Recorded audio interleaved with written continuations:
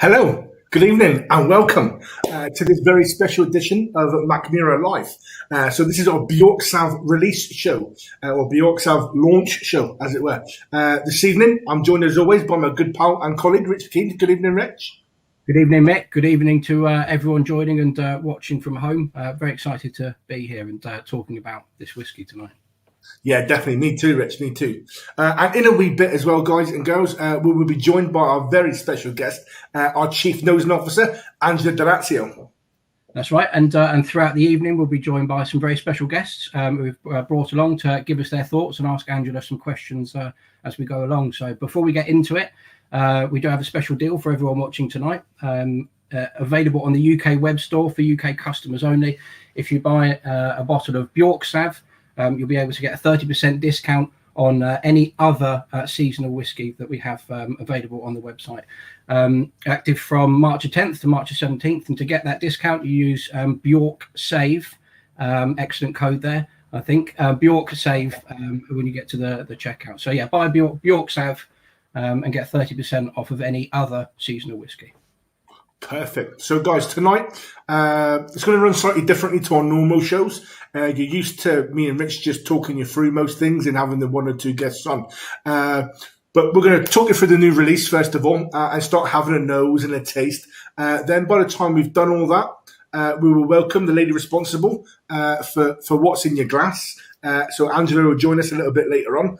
And then we will have a few questions for Angela. With some guests, like Rich said as well. So if there's anything you guys want to ask out there, feel free to pop it in the comments, and then like I said, we'll get some guests on to give us their thoughts on Bjorksav and to ask Angela a couple of questions.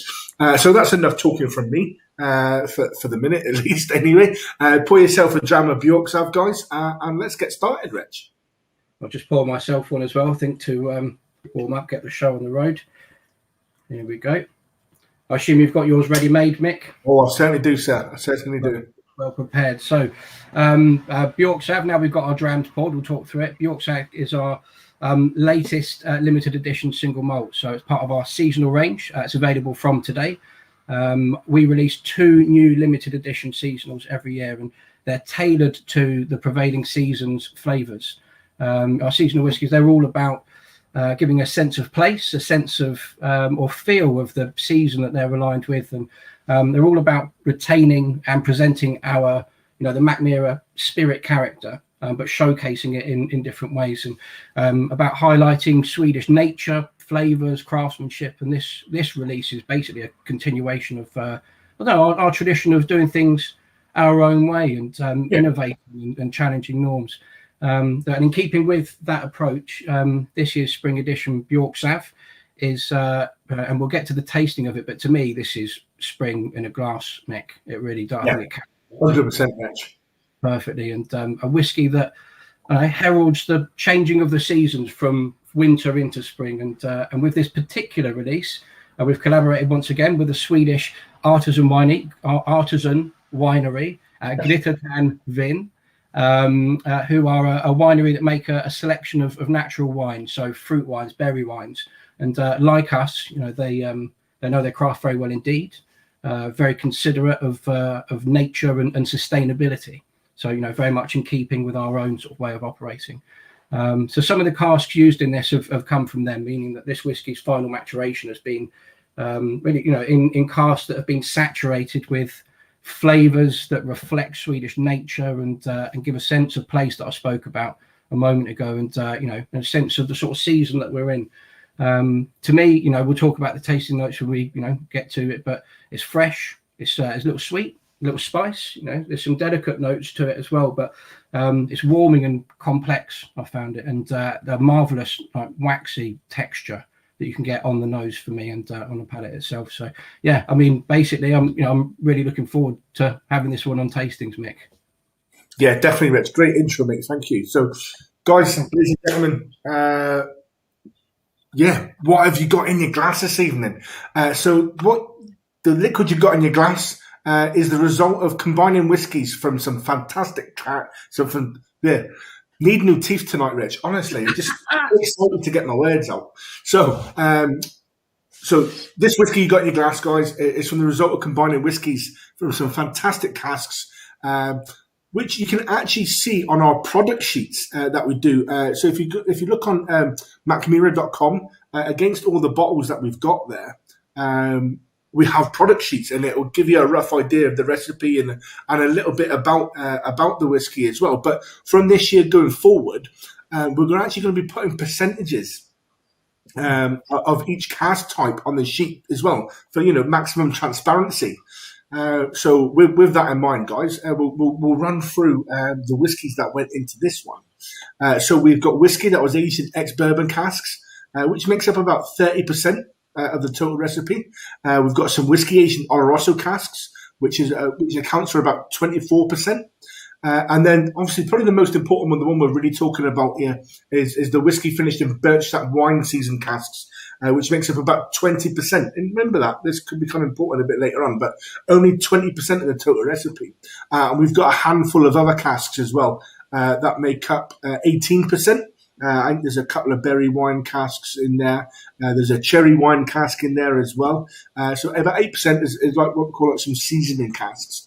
And then 8%, the final 8%, if anybody's been doing the rough maths been going along, the final 8% there is actually from the Swedish oak. So yeah, Rich, what do you think you're getting? You touched a bit on the tasting notes. Let's get stuck into it a bit better. Yeah, so the first time I tried this, it was straight off the van. It arrived with me while we were having our training with Sweden, and Andrew had joined us sometime, I think, late last week, if I recall correctly. And I tried it there. It was quite chilled, obviously, fresh delivery, and enjoyed it there and found a lot of complexity to it. But now that it's sat in my in the library, as I call it, because of all the bookshelves behind me, it's just opened up enormously. I think on the nose, I spoke about our spirit character, being important for the seasonals, but presented in a different way. It's a Mackmyra. Like you could tell it's a Mackmyra for me a mile off. So orchard fruit, so caramelized pear for me, pear fudge perhaps, apples, green apples, and there's like a definite. While you were talking a moment ago, I was sort of just getting used to it again, and waxiness. There's definitely a texture on the nose, and for me, you and I have spoken about that before. For people who have caught any of our previous shows and tastings, texture for me is such a big and important factor for the things that I like. And this hits all the right spots. What about the nose for you? Yeah, mate, I have to echo most of what you've said there, Rich, as well. But I'm getting a good bit of woodiness through on the nose as well. Like a sandalwood or cedar or something like that. Yeah. But no, definitely with those fruity notes that you mentioned. There's a bit of spice. Spice to it. You said about those sort of words I associate and a little spiciness to it. That's so I said in the intro about there being a little sweet, a little spice. I think that would make that up for me. Yeah, for sure. It's one of those whiskies I don't think you're ever you're not going to get bored of nosing. We all like to get stuck into the whiskey, don't get me wrong, and we like drinking it. That's probably why most of us are here, in all fairness. But I do like a whiskey where you can sit with it for a good while. And just nose it. Maybe you're drinking another whiskey, that's an old favourite, and you know what you're getting from it, but just something different just to brighten the nose up a little bit. And I think this, I think you could sit with this for a good while, just nose it before you even get into the tasting. But let's get into some of the tasting, Mitch. Again, that's a Mackmyra, but it's something different. You and I have tried just about everything available in the range that's available now and come out over the last few years. This is different to all of them, but it still very much retains that DNA, that spirit character that I've been talking about, orchard fruits and spices, and that on the palate, and especially on the finish there's a little herbaceous, herbal sort of twang to it and tinge which you'd expect to find, but there's this delicate sweetness as well, which comes from, as I'm sure Angela would explain to us and everyone, from that birch sap. There's some notes in here that I haven't found in many of our others, especially our previous seasonal, which was, very much in line with autumn, sort of robust and sort of, wouldn't say heavy, but heavier notes and profile to it. But this is delicate without being too delicate. There's complexity to it. There's delicate notes rather than it being a delicate whiskey. But that texture, mouth coating, so quite delicate, but without being too washed away. Yeah. I mean, you can have a sip of water. And some light whiskies, you have a sip of water after or whatever, and it's gone. With this, you can have a sip of water, and you're still going to get a nice little bit of mouthfeel from it. I think it's beautiful. All those good notes and stuff like that we had on the nose come through on the palate in that as well. Just to address a few comments from the ladies and gentlemen joining us tonight. Loads of people joining us and saying good evening. So welcome and good evening, everybody. Thank you very much for wishing us a good evening as well. Bully, good to see you again, my friend. David Halley managed to detect a little comment. Brilliant. Happy with that, David. So we've got lots of people saying hello. So excited to learn more about a great new whiskey from Trevor. Fantastic, Trevor. Thank you for joining us. We should say our big CFO guy from the main office in Sweden. Sweden Anders. Oh, I thought Anders had just sent me an email. It just popped up. I thought that's what you're commenting on. Somehow you can see that. I think it's your inbox, Dafty. I think it's a good moment, Mick, to remind everyone that Angela will be joining us very shortly. And Kevin's mentioning that it's nice to see us back at the helm after he gave us a wee slating comment with the ladies on Monday. So he's trying to get back in our good books. Yeah. We've got a good number, Kev. Don't you worry about that, son. So that show, Mick, that's something worth talking about. So on Monday, you'll be able to find it on our Facebook page and on YouTube, where Moa Nilsson and her friends Erin and Nicola, that I was going to say, Nicola. I knew it was an N, and I knew that, and I was trying desperately there. They took over our virtual pub that we do, the Mackmyra Inn, and did a ladies' night basically, and very, very insightful. Going to have a look at. But yeah, glad you could join us again, then, Kevin. I've added a bit of water to my Mick. If you tried it, opened up as of yet, I mean, in fact, if anything, it's sort of taken a bit of that delicate. Some of the delicate notes away from it for me and brought some more that sort of that caramelized pear I mentioned at the beginning. That's sort of a bit more at the front of it now, and some of that sort of butterscotch sort of sweetness to it, which is a sweet note. I wouldn't class that as a delicate sort of note, not like a floral delicate type thing. So some of that brown sugar sweetness has come to the fore on the nose. Yeah. Awesome. So we've got some more good comments here. Magnus, good evening. Kevin Blair, he's started his own Mackmyra Infinity bottle, so he's going to he'll add a bit of this to it as well. Phil Walker there, looks great, guys. Thank you very much, Phil. We'll see Phil a little bit later on. Who else have we got here? Sydney. Kevin Blair sending me a special bottle. Okay, I don't know. Yeah. It's going to be good. I don't know. Brilliant. Shane loves this with water. So, guys, don't be afraid with your sample. Just add a wee touch of water in that as well. So, guys, honestly, keep these comments coming in. If you've got a glass of it in front of you, let us know what you're getting on the nose, on the taste buds, on the palate, on the finish. Let us know, guys. What are you getting on your finish, Rich? Yeah, well, on the finish, that's longer than I thought it was going to be, and I think with the water, that if anything, that sort of lengthened it further. There's that herbal note lingering around, but some of that sweetness that I was talking about. Hard to put words to it just yet, because this is the first time I've actually added water to it. I thought I'd do it live on air and sort of see, how it went. Have you put anything in yours? Have you tried to? Yeah, I added a touch of water, and you're right, Rich. It doesn't. It takes away a little touch of that hit, first of all, but I think it really quite emphasises it quite nicely. When I first tried this, when we had it delivered last week, I tried it and it was straight off the delivery van. Yeah, it was all really quite chilled, not frozen, not to like a frozen degree or anything like that, but it was really quite chilled, and that was really nice. So I can just imagine that, maybe not over ice to water it down per se. But maybe like hour or something like that in the fridge, not quite out of the freezer like we do occasionally with Brooks, Rich, but out of the fridge. I think that would be no, not yet, Shane. No, I've not dropped this one in the freezer yet. I might have to though, just to see how that would go. But I think with some of the delicate notes in it might get lost too much. But I think the fridge. So, like I said, coming straight off the delivery van is essentially kind of like coming out of the fridge, isn't it, Rich? I think when something gets cold, you lose notes and things to it, but I think texture becomes sort of more to the fore. And, very nice. Yeah. Like that, as you do with the Brooks whiskey and some of the things that we've done before. And obviously, we encourage everyone to drink it however you would please. There's only one right way to drink whiskey, and that's however you want to. So, if you've got that whiskey and you bought it, you can experiment however you see fit. Mark Taylor says it really mellows out with a few drops of the water. The spice drops into the background that little bit more. Yeah.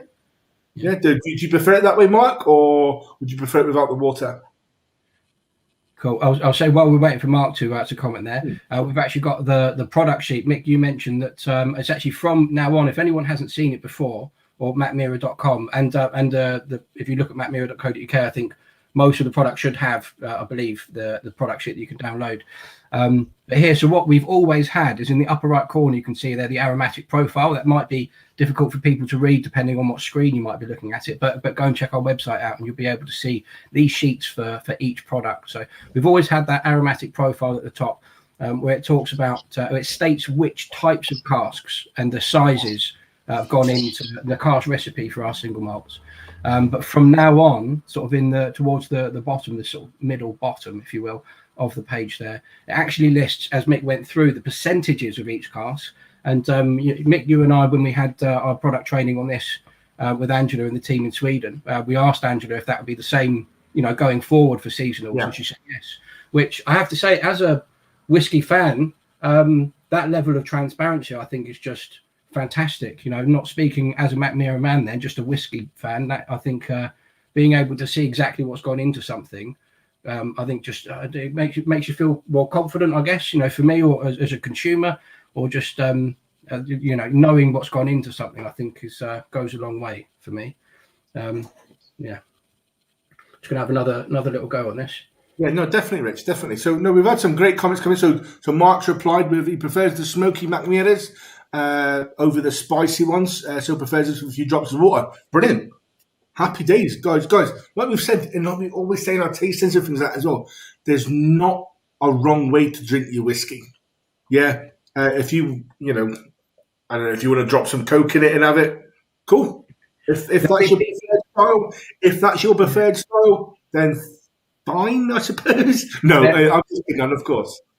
No, I think the fine, I suppose, the way you framed it there, I think is about right. I think that's adding Coke to it, I think, is something that makes most people probably watching tonight wince at the notion. But again, we really do, mean it. If however you want to drink it, that's how you drink it. But Mick, you make quite a lot of different cocktails and things. We do our Friday night, Mackmyra Inn. We do our virtual pub. We have a guest come on each week, or a VIP patron, as we refer to them, come to join us.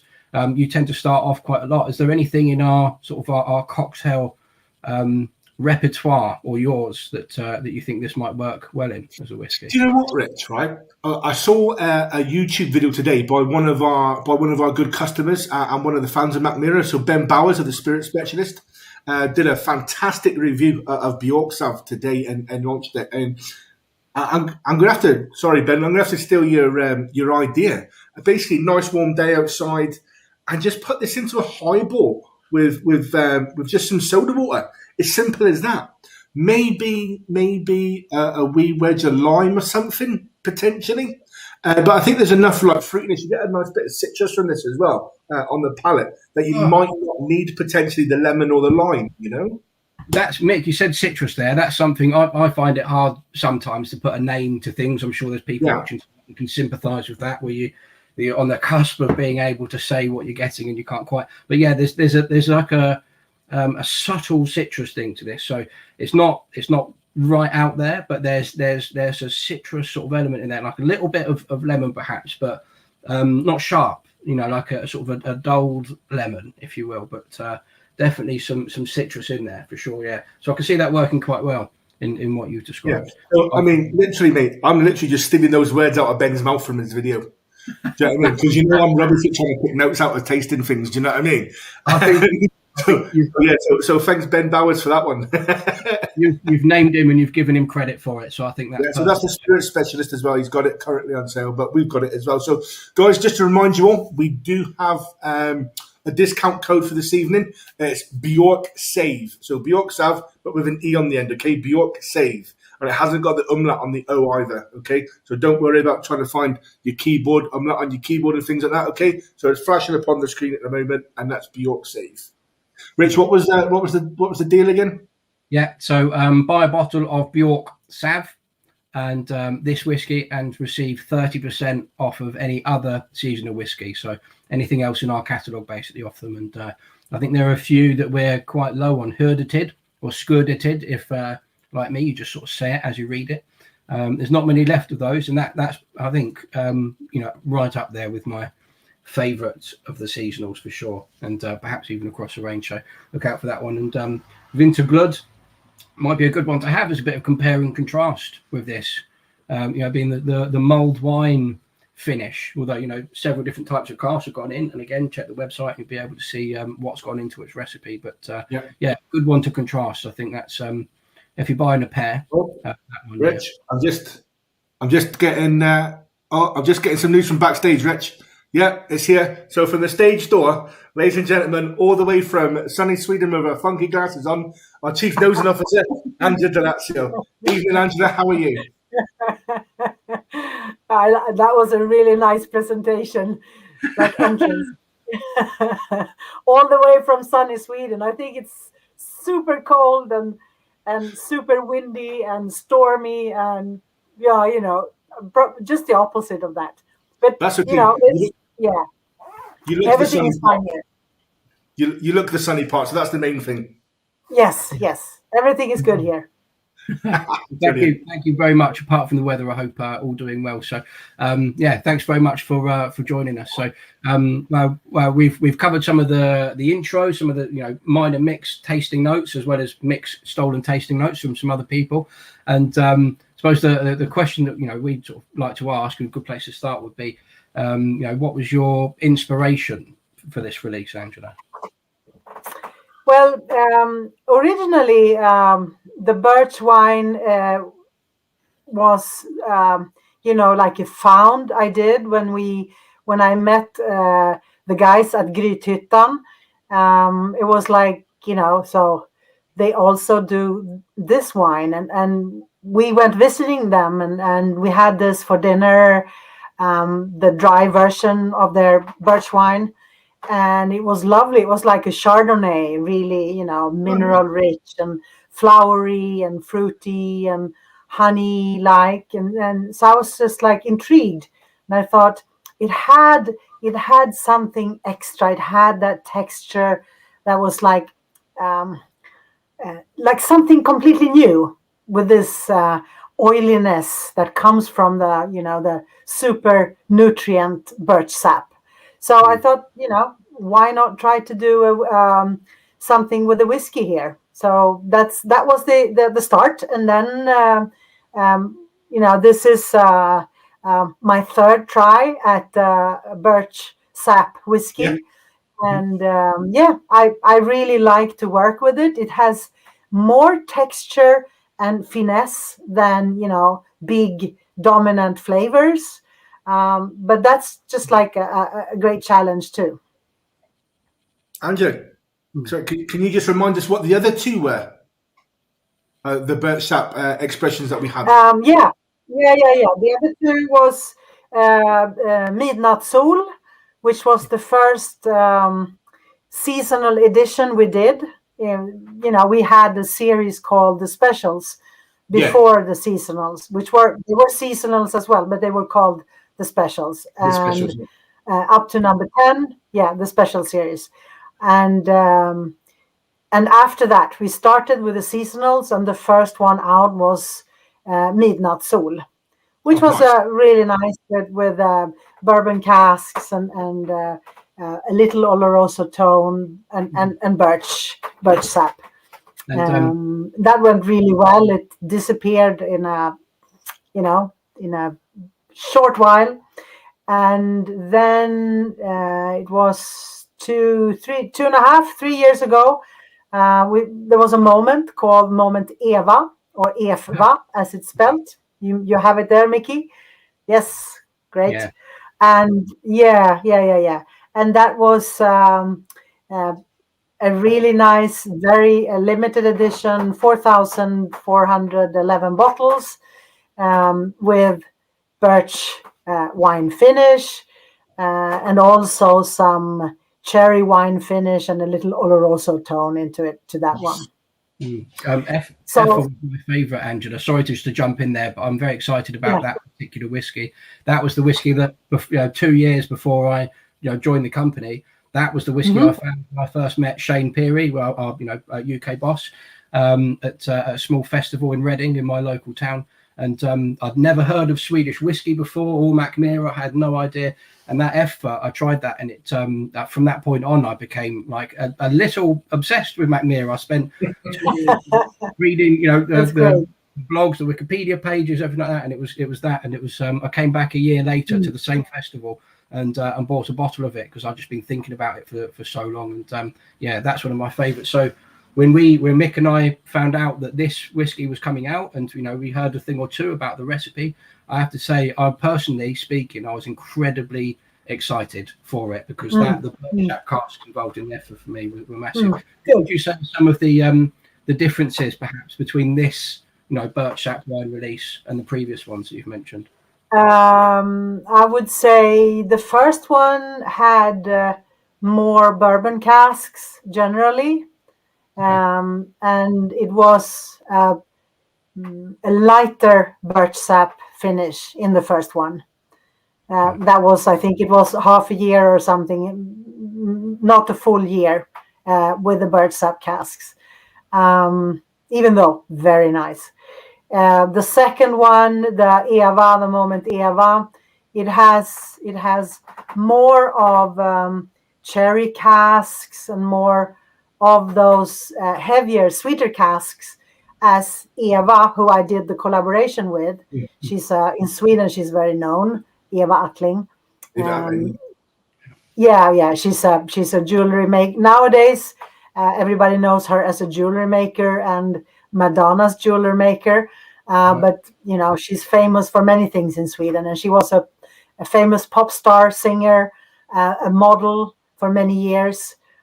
She was married to one of the big pop stars in Sweden too, a guy, and then she changed into women, and she got married to another pop star, a lady which name was Eva. So now they are known to be Eva and Eva, and and they are a future collaboration bottling, Angela. The Eva and Eva take her original recipe, and then what the other Eva would like to put together as well, and maybe see if that would mix well.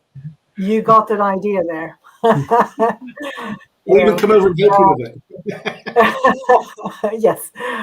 Yeah. So she wanted, I had the birch sap finish mix, the blend I did for her, and she liked it, but she said, I have a sweet tooth. I really need the sweeter thing, and I think the ladies, my ladies, they would like that too.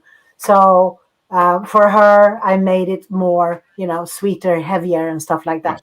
So that was that influence, and it's really nice. I really like that too. And this one is more. I think the birch sap is more in the middle of the taste. This one is sort of constructed around the birch sap a bit more. So the spiciness, it sort of enhances this oiliness and this rich, subtle honey tones of the birch sap. Nice.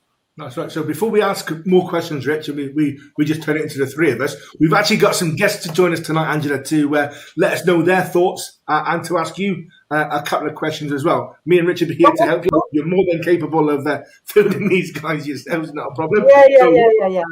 It's much more fun when other people tell their side or ask the questions, because it becomes much richer if it's not just me. Yeah. Exactly. Yeah. Well, I see Staffan Silén. Hi, Staffan. That's one of the Swedish guys who... A few people have commented from Sweden tonight, Angela, to say that they're from Sweden. So quite excited to have everyone here. So without much further ado, I'll bring Saurin in. So Saurin, a well-known whiskey blogger, OCD Whisky. He's the founder of the well-famous, if you will, Whiskey Circus, and ambassador for the English as well. So Saurin, thanks very much for joining us. You've had a sample of the whiskey. What did you think?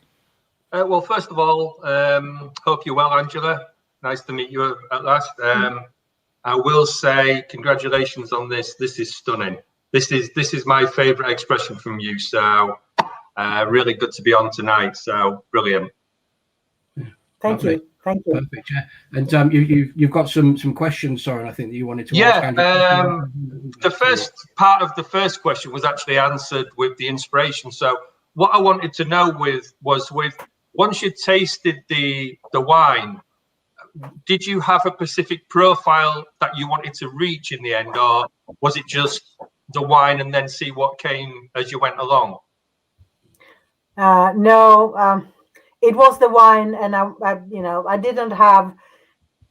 I don't think I had the experience in that at that point. I was more of I liked the wine, and what I did was I specifically ordered the same wine, but in a sweeter version, so more of residual sugars in it, because I thought it would enhance the whiskey. So if you taste the wine, it's drier than the stuff that we bought. But I didn't have not that I recall anyway. Yeah. I'm a goldfish, so So once you decided on using the wine sap, how long did you actually season your cask for then? Well, the seasoning part is usually about 2 months with the wine, and that's what we have sort of experimented through and seen that is sort of a good period to put the stuff in the cask and then take it out. Yeah. So 2 months for the wine in the cask, and then really it differs. I mean, in this case, doing Bjorksav, it was 3 different batches of the actual Bjorksav wine finish that we had. So we had 2 that was 4 year in the in the Bjorksav casks, and 1 that was nearly so it was a bit more than 1 year. So all giving a different style to it. The older one had more of the resinous part from it, so a bit less flowery, and the fresh one had more flowers and honey and brought the freshness to it. And would you consider a full maturation in these casks then to bring out an expression just from the Bjorksav wine casks, or do you think that would be too much? Well, I think so. What we just did in Sweden, I'm not sure if I'm supposed to say this now, but I do anyway because that's me. But if yeah, no, maybe I'm not going to say that. Go on. You can't do that to us, Angela. Don't tell anybody. Saurin's very good at getting the scoop. So yeah. So I think if you would only use the Bjorksav wine and have a version of that, you would have to take like an old, I would say, PX cask, or maybe a new American oak cask, and then perhaps finish just the whiskey finish in that cask for some time and have that expression perhaps. Yeah. But only the Bjorksav in a cask that doesn't give that much of a taste because of the Bjorksav. It's a bit boring. So you need to flavor it. You need to dress it. Yeah. And sort of one more final question with your Swedish oak, was kind of led to believe that this gives you quite a lot more spice within your whiskies. So what generally do you find works perfectly with, if you just had to choose one of the casks to bring that spiciness and balance it out with your fruity floral type notes that we're quite used to finding with Mackmyra? I didn't get the question. Say it again. Right, so when you use your Swedish oak for finishing, or it gives you quite a spicy whiskey. It puts a lot of spice in there. So what's the perfect cask to marry with that to bring that spiciness down and give you the more fruity floral flavors? Yeah. I think it's really a bit a matter of taste, because some people like them heavier in the sweet side, but I'd say the bourbon cask is definitely the perfect match to that. So and that is also, I don't know if you know anything about our private casks that we have. Do you? Yeah, we've bought one. You have one, yeah. Okay. Yeah. So then maybe you know the gravity cask, which is our combination that's cask. What we got. Yeah. So that's the perfect. I'd say those two. They are. That was it, Angela. So with the Whiskey Circus that Saurin started, I'm a member of. Okay, good. This was the gravity cask that we bought together. Yeah. So I'd say the bourbon wood and the Swedish oak, they are like coffee and cream together. Yeah. Right. Thank you very much. And like I say, Angela, it's brilliant. Yeah. Thank you. Well, thank you for joining, and thank you for liking us and loving our whiskey. I appreciate you being here and asking the questions. No, my pleasure. Thank you for having us. Yep. Thank you, Saurin. Thanks for joining us. I hope you might hang around for a drink at the end, perhaps, but please feel free to slip off and get your dinner if you're hungry, of course.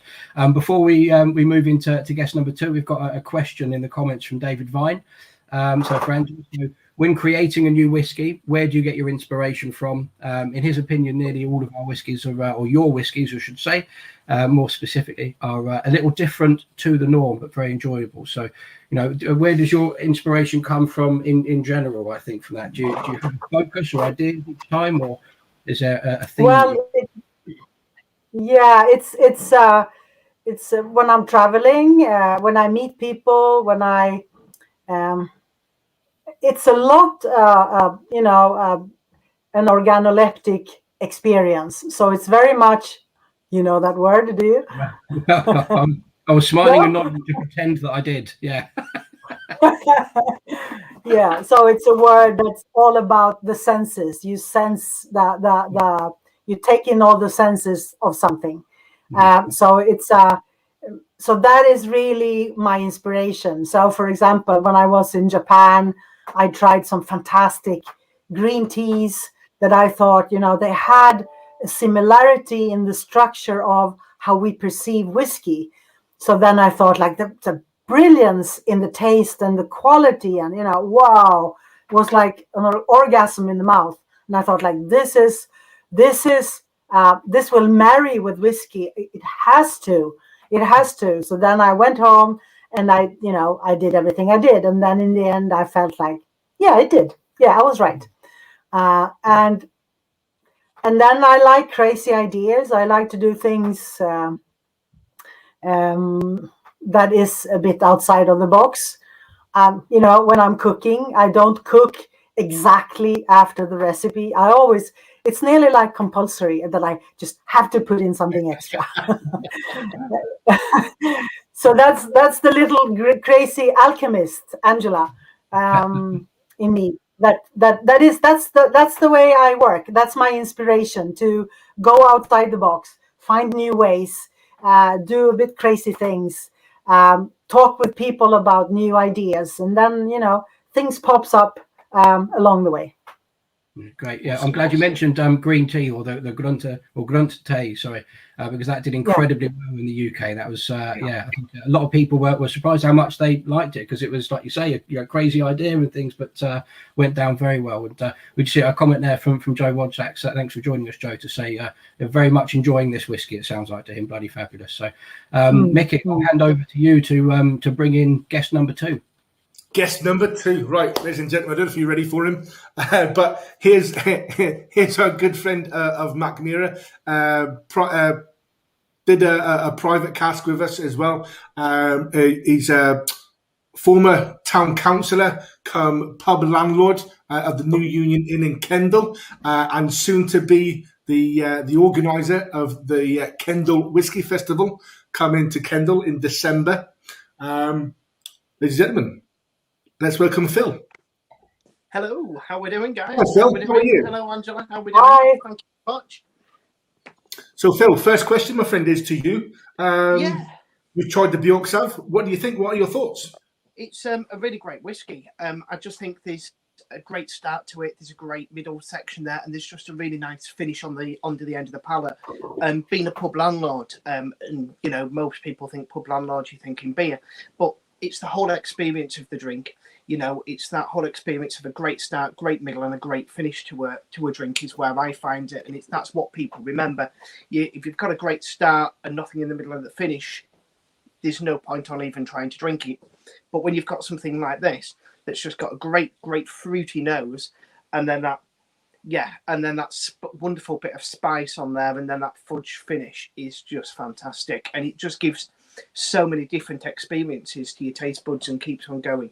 And it's something that my customers will enjoy, and that's when I'm looking to buy a product, I've got to find something that I can make sure that I can sell on to somebody else, because I need to be a quality product, and this is it.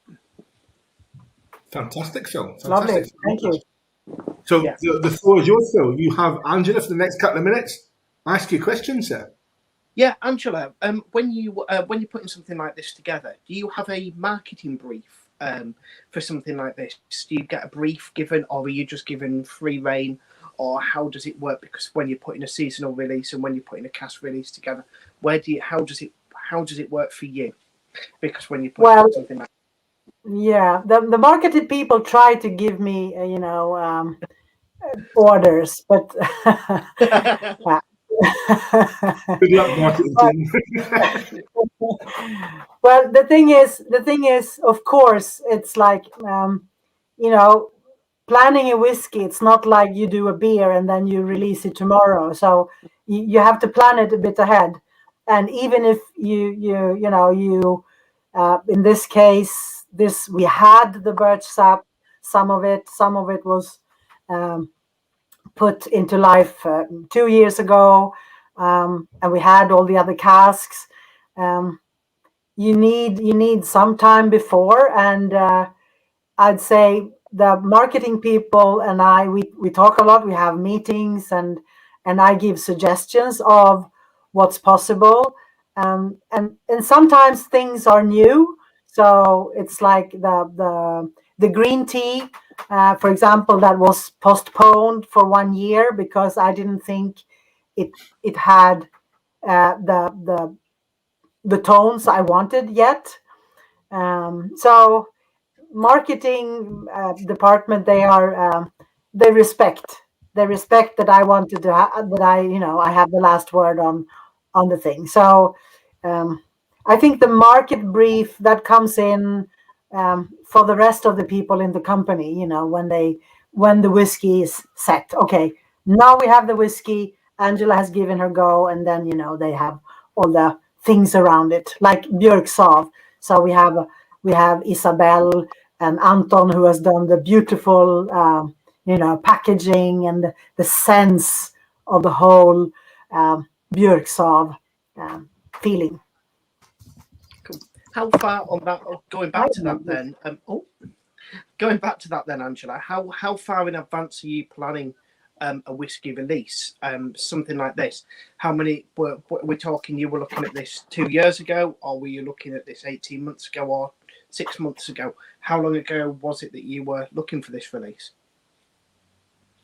2 years ago was the planning of doing a nice seasonal Bjorksav finish release. Then so that was in the plan. But then when I get the year ahead and I start to make the recipe, if I'm not happy, I can always say, guys, the whiskey is not ready. Let's postpone it, or I don't like these casks. Shall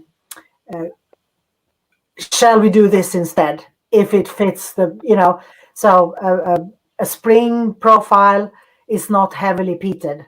I think that's one of the few things that we follow when we release a spring edition.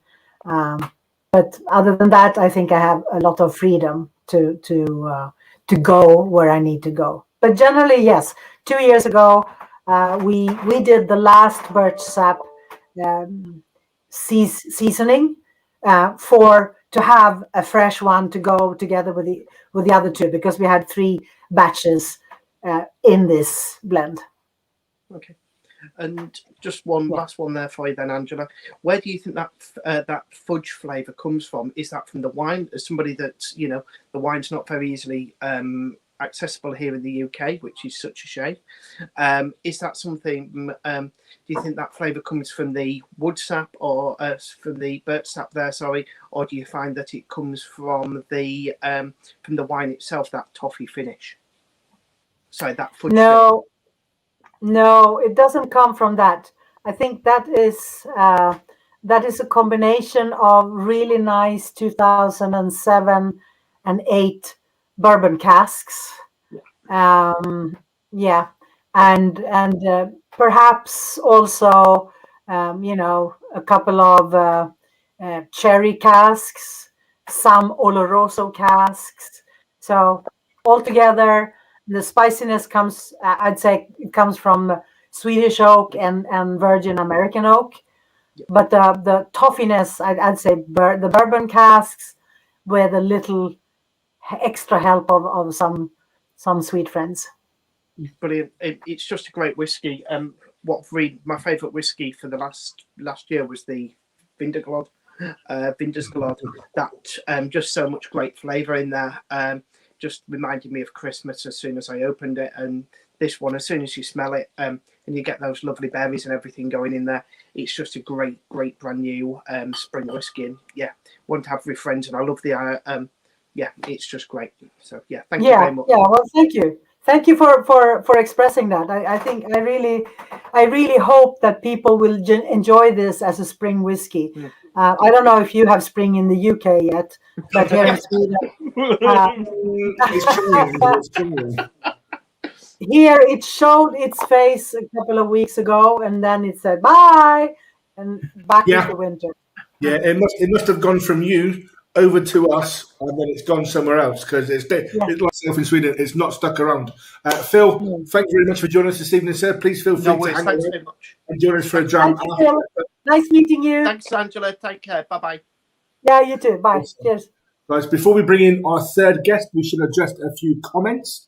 Unfortunately, Joe Wildsock has had to pop off. Sorry, short and sweet visit. Bjorksav has this lovely, slow, sappy release on the finish. Makes him lick his lips. Fantastic. Happy with that, Joe. Thank you very much. Whiskey malt content hasn't tried this new expression yet, but Grante is a masterclass. So thank you to you, Angela, and obviously to Yoko as well for being in collaboration on that one. OCD whiskey. Love these informative sessions. Really helped appreciate these whiskies more. Brilliant. Thank you very much, Saurin. Nice to see Saurin sticking about after he's asked you some questions already. And then Callum Renton there. If spring isn't the time for a peated release, should we be expecting something peated later this year? Well, there you go. Well, there you go. She said that's a yes, Callum. Yeah, so no one can be upset with that, because you've kept your mouth sealed, I saw there, but perhaps a small hint as to the answer to that. Yeah. Fantastic. Right, guys, that's it for the comments for the minute. Rich, would you like to bring us in with guest number 3, sir? Yeah, absolutely. So our third guest for the evening is a whiskey friend of mine, a blogger of you can't see the wood for the whiskey, and general just whiskey enthusiast. And so Claire Vokins, please, Carl, bring Claire in. And evening. Yeah. Hi. Yeah. I'm glad I'm not the only one who wears a hat indoors, Angela. Keeps the hair under control. Claire, thank you so much for coming and joining us. And as we've asked everyone that has joined, what were your initial thoughts on the whiskey? Well, you'll be not surprised to know that I was probably drinking this on Sunday morning at about 9:30 after a walk in the woods, surrounded by lots of birch trees. So it was quite, good to sit down with it. I really like it. I found it quite a complex whiskey on a lot of the flavours, but actually really easy to drink at the same time, which I think is a really interesting balance. Scent-wise on the nose, you've got the florals, and they are winter florals. I work as a gardener, and you're getting stuff in there that I'm smelling in people's gardens in the UK at the moment, which is really, really quite nice. Very sweet, but very light. Palate, as Rich said earlier on, real hit of spice as soon as you take it into your mouth, which was lovely. But then it just softens out nicely with those nice vanilla toffee flavours. But I noted you said about the Chardonnay, and one of the notes I had on mine was I could sit there and put this on a highball, as Micky said earlier from Ben. Got my notes in on Sunday, just to let you know. But this has a really nice long... How do you then? Which I wouldn't normally do with a whiskey. I'm not much of a person who mixes my whiskey with anything else other than another whiskey. But yeah, I can see that with a highball with some nice sparkling mineral water. With regards to the finish, it's weird, really good weird, because it stays in the mouth, skips the throat completely, and has a really nice long warmth in the stomach for quite some time afterwards.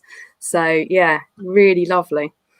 Yeah, nice. I think it's interesting to have you look at that. I hadn't thought about the you working as a gardener, being out, and the seasons change and spring coming in. So the fact that you can associate some of the aroma, and it's birch tapping season at the moment as well. You get about 2 weeks within the year to be able to do it. So people are out there at the moment foraging for birch sap. So yeah, it's interesting. Perfect. So have you tried the actual birch sap? I've had it in a cocktail, and birch sap itself is almost flavourless. It's got that very fresh, watery flavour to it, which is, as a wine, I didn't know how much it was going to increase or intensify that flavour, but you can tell through the whiskey it does have that freshness constantly underlying the whole dram. So it's nice. Nice. And Colette, I'll hand over to you to ask Angela some questions then. A lot of my questions have been taken already. But, I mean, a lot of your previous releases, you're very nature-based, I've noticed. There's a real connection with nature. Is that something you've done intentionally, or has that just come around with how the whiskies have developed? Well, I think intentionally, but unaware intentionally, in the sense that I like things not to be overworked. So you can work a lot on it, but the result has to be natural. It has to be sort of a hit you with a freshness or a spiciness, or and it can be complex as well, but it has to be authentic. So I think the stuff from nature is really that they bring you that. So and then sometimes you can of course step away from that, but so far I think that is the easiest road to go, to find and to work with Grythyttan, the winemaker. They make natural wines. Exactly. So it's really easy, accessible to go there, and then maybe it's not always easy. So with the natural wines, do they then have a set life expectancy? Do they have a short period of time that they're going to be good for the whiskies? Because I can imagine if they're not using any preservatives, then So for example, exactly, it's like that. So the wild raspberry wine, for example, when we get that from them, when we have bought it, it's a very short time. It's usable, and then it loses its color, it loses everything. But so if you use it, then it get preserved as it was fresh then. Yeah. So you're right. That's absolutely so. That's interesting. And will there be more collaborations with Grittitan? Oh, definitely. I mean, I love his products, and I've been on him, asking him things, could you do this for me? Could you do this for me? And he's like, well, I don't have the time. No. It's enough with this that I do already. And but definitely, we will definitely do more things with them. Excellent. Now, obviously, I'm going to be looking out for their wines now as well. So. I don't know if they are selling in the UK. I can ask Per about that. Be interesting. But yeah, they might be doing that a little to some extent. I can check that and let the guys know, and they can put it out. Yeah, that'd be interesting. Yeah, do definitely. have one more, if that's okay, if we've got time. Yeah, sure. Go ahead. I obviously don't see an age statement on the bottles. Is there any idea or any inkling on how old some of the whiskies that have gone into the Bjorksav are within the dram? Yeah, I'd say this one is between 8 and 16 years of age. Wow. Yeah. It feels a lot lighter than that. Yeah, I mean, the birch sap itself comes from whiskey that was 2010. Okay. Then in 2016, it was converted into the birch sap casks. And then we had a lot of 2007 and 8 whiskey in the base. And then, from the years in between there and a couple of years after 2012, I think was the youngest one. So that's a long time between the inspiration and the product coming to market then, isn't it? That's sort of blown me a little bit. I didn't realize how long it had been. That's a great idea to do. And, 16 odd years later. It's good. Mm-hmm. I'm enjoying it. Thank you. Well, thank you for bringing your gardening mind into this. This was interesting. There's a huge crossover all the time. That's wonderful. That is really wonderful. Yeah, it's something I hadn't considered actually, Claire, when we spoke about you joining us this evening. I hadn't thought about that. That's something I'm definitely going to think about in the future. Any more gardeners that I might know, and perhaps you coming back again, I think is a good idea. More than happy to. So thank you very much for joining us. Thank that you. Was brilliant. Well, nice meeting you, Claire, and good luck with everything. And cheers, skål. Skål. And we'll let you know, Claire, about getting any wines in, because Micky and I have already been on the case with that, trying to source some of the Bjorksav wine in particular. But that would be awesome. Yeah, we'll keep you updated. Mick, I think that's probably the right time to hand over to you and ask you to introduce our fourth. We quickly got a couple of questions, Rich, in the chat before we go on to our last guest. I think we pretty much run out of questions for him to ask anyway, but no. So, whiskey malt content. Is there any chance to sample this new expression somewhere in the UK? There are a couple of our retailers that have it. So drop Connor a PM, or I know Ben Bowers at the spirit specialist has got an open bottle for some samples. So get hold of Ben. Two here this evening, Mick, that might be able to help them out with something as well. Yes, and there definitely is. Yes, there are other retailers available. Yeah. Angela, your friend Staffan would like to know if that's a cap from Lofsdalen. No, it's not. Okay. There you go. Happy with that. And our good friend Mackmyra lover. Canada's no. Okay. Well, Canada's no. And our very good friend and massive Mackmyra lover, Unders. What happens with the Bjorksav wine after the casks have been seasoned? Is it reused, or do you just drink it in the office after work? Yeah, I'd say the last thing is so. So we use it, and then it's very, very delicate, as Claire mentioned. So it's really not it's interesting to try. So we try it, and we have made some cocktails with it, but it's not fantastic, to bring out to the public. So yeah, so it's staff party and then bye. So, Rich, we need to get over for a staff party, mate.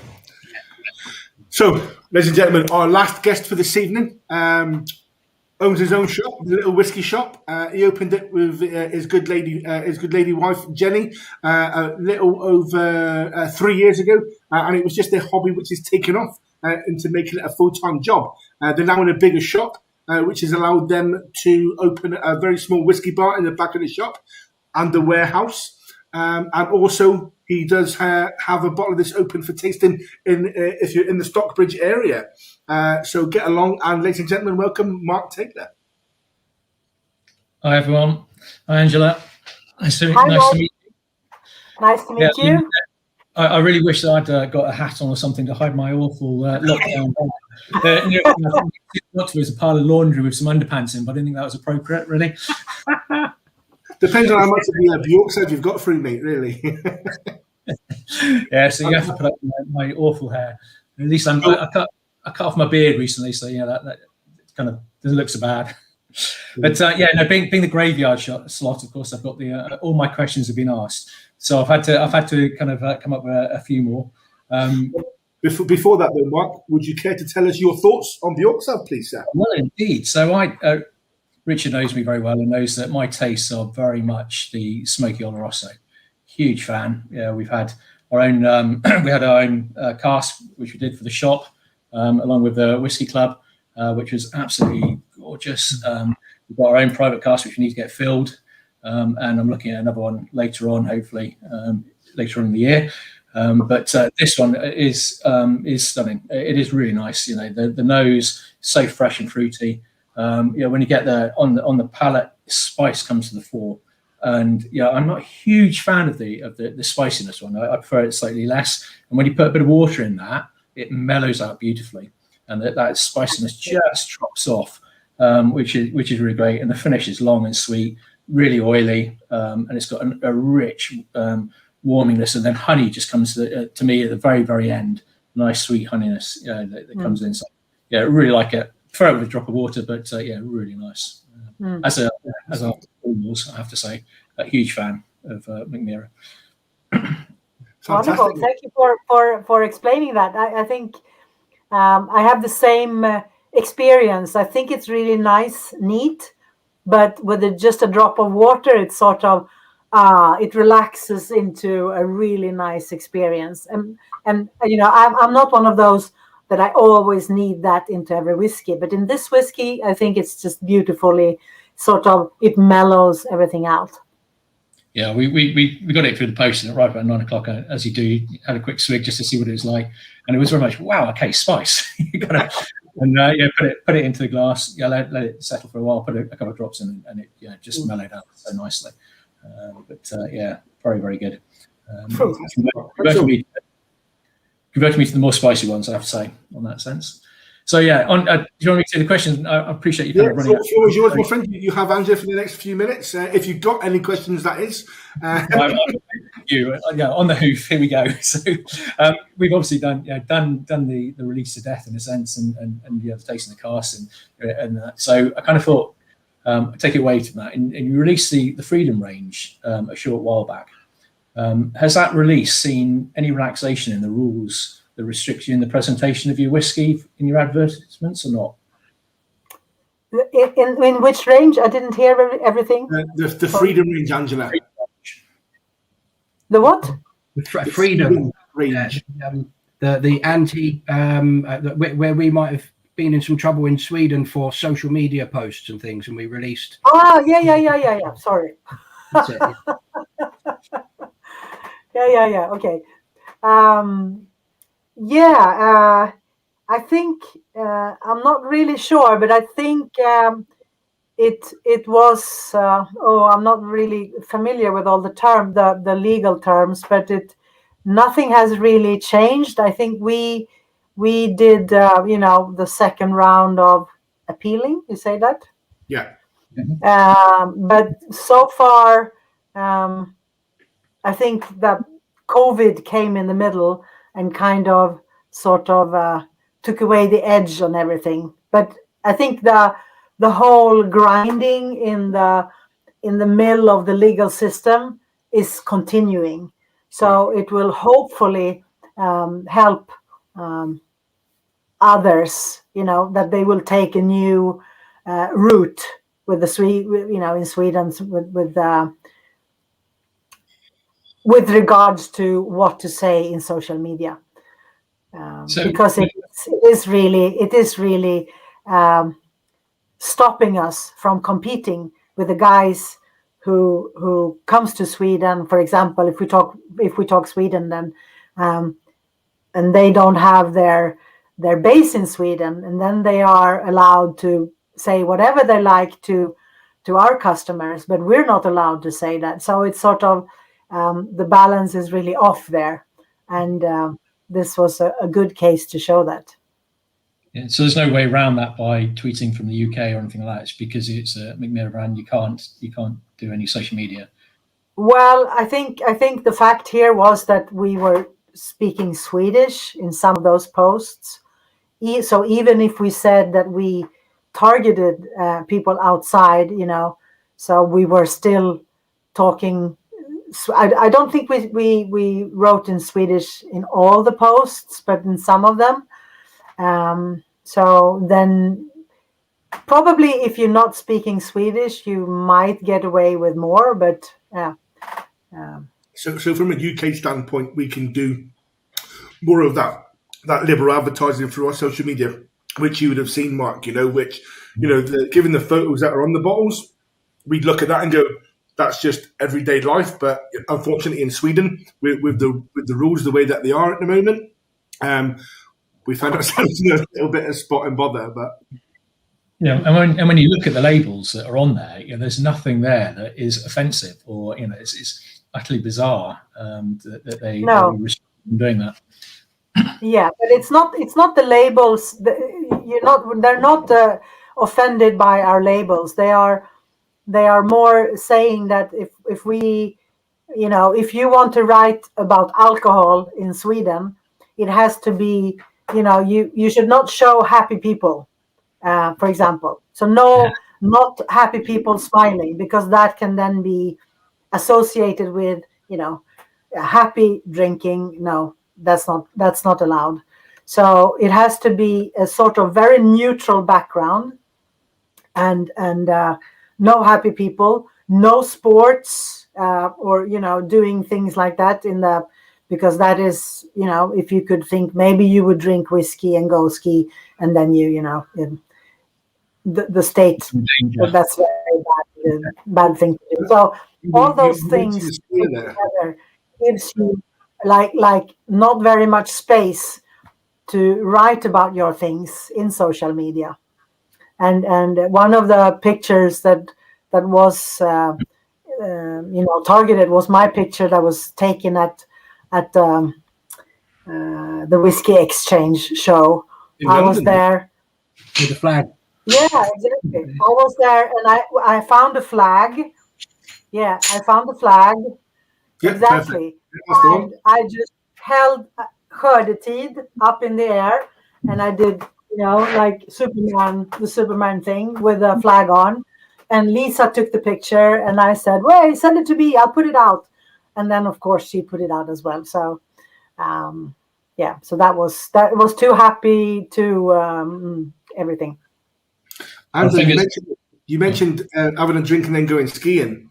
So, Mark, just to give you a little insight, when we first released Brooks whiskey, and you can see the amount of detail that goes into a bottle of Brooks with the story and everything like that, because the founders, used to meet on a skiing holiday once a year. Yeah, there was a skier on there to represent that.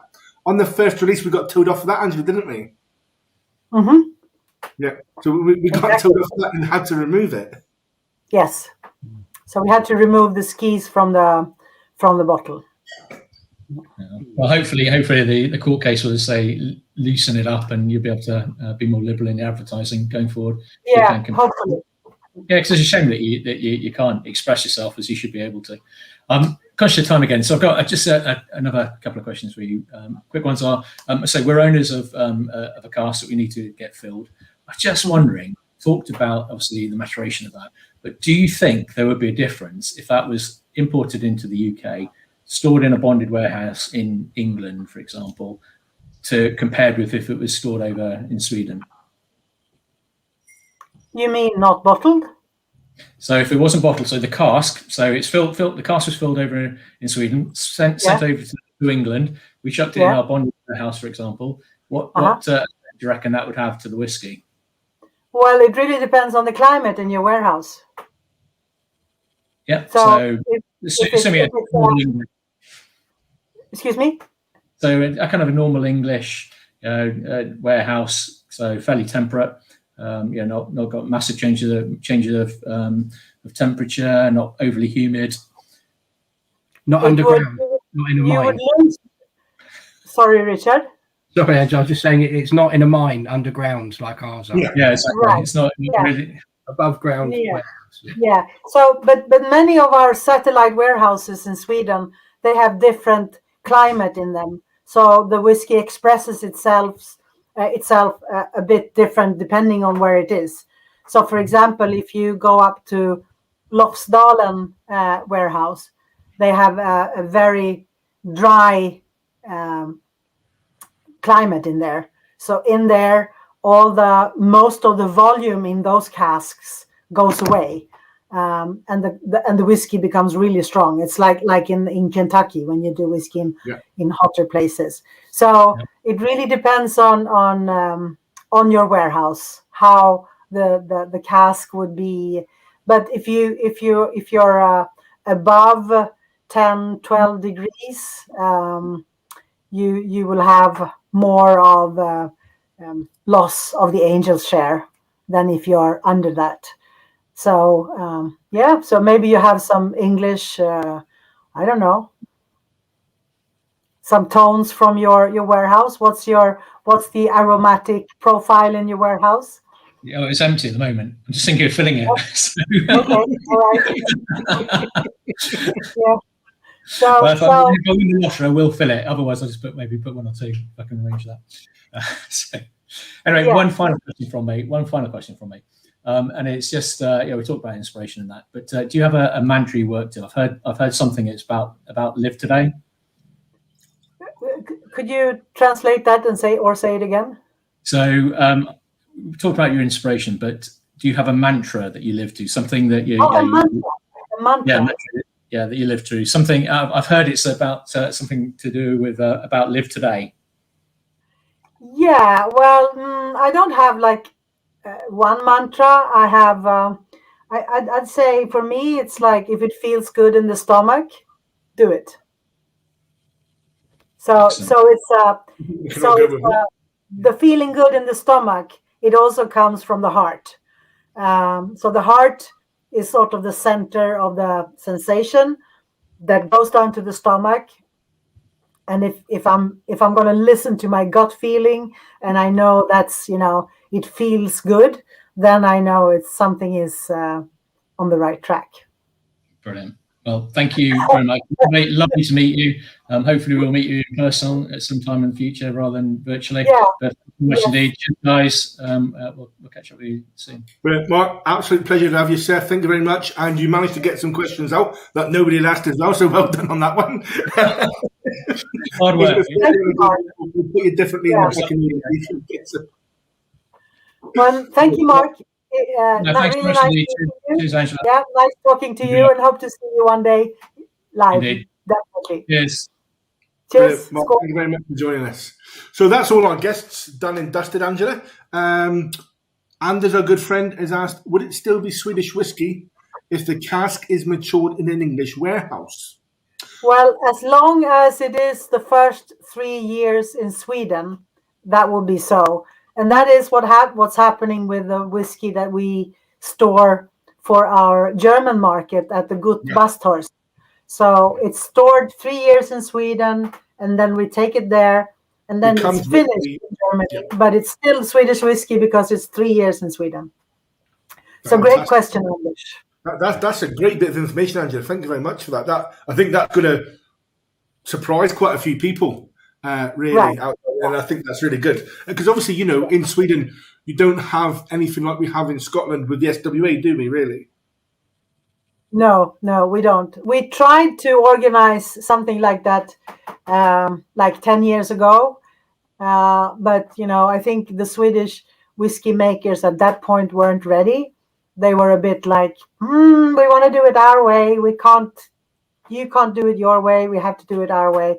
So nothing really happened. But, in the future, when people are a bit more relaxed about everything, that will definitely be something that we need to have in Sweden to see the similarities or what is Swedish whiskey. Because right now, Swedish whiskey is every expression has their own little road, and it's not really, we don't have much in common except that we do malt whiskey, and single malt whiskey. Yeah.